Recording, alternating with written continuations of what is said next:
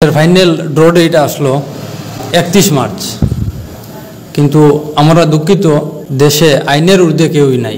প্রশাসনের সঙ্গে আলোচনা করে আমাদের এই 31 মার্চ ডেটটা পরিবর্তন করতে হয়েছে। আজকে আমি হাইলাকান্দি লাকি গিফট কুপনের বিষয়ে একটা ছোটোখাটো ভিডিও বানাইলাম আপনারা লাগিয়া।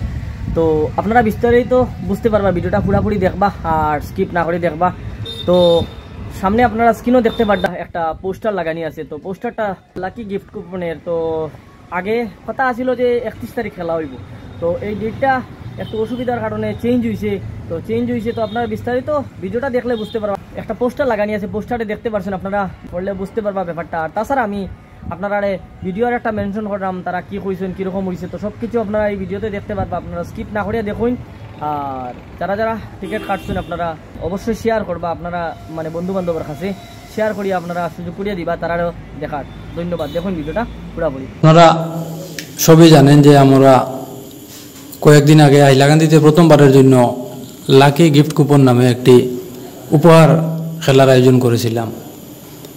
তো এই খেলার আমাদের ফাইনাল ড্র ডেট আসলো 31 মার্চ, কিন্তু আমরা দুঃখিত যে আমরা জানি আমাদের দেশে আইনের ঊর্ধ্বে কেউই নাই।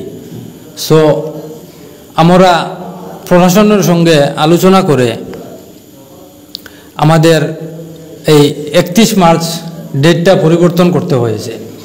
আপনারা জানেন আমাদের এখানে লোকসভা নির্বাচন আছে এবং রমজান মাস। সো এইসব বিষয়ের উপর আলোচনা করে প্রশাসনের সঙ্গে আমাদের 31 মার্চ ডেট যেটা, সেই ডেট এক্সটেন্ড করে 18 এপ্রিল করা হয়েছে। তো আপনারা কোনো ধরনের কুমন্তব্যে কান না দিয়ে যারা আমাদের কাছ থেকে টিকিট নিয়েছেন নিশ্চিন্তভাবে থাকেন।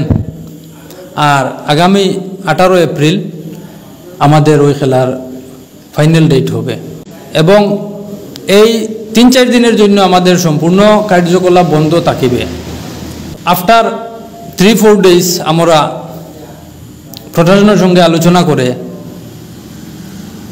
এই মিডিয়ার মাধ্যমে আপনাদেরকে আমাদের খেলার ব্যাপারে অবগত করব। ধন্যবাদ।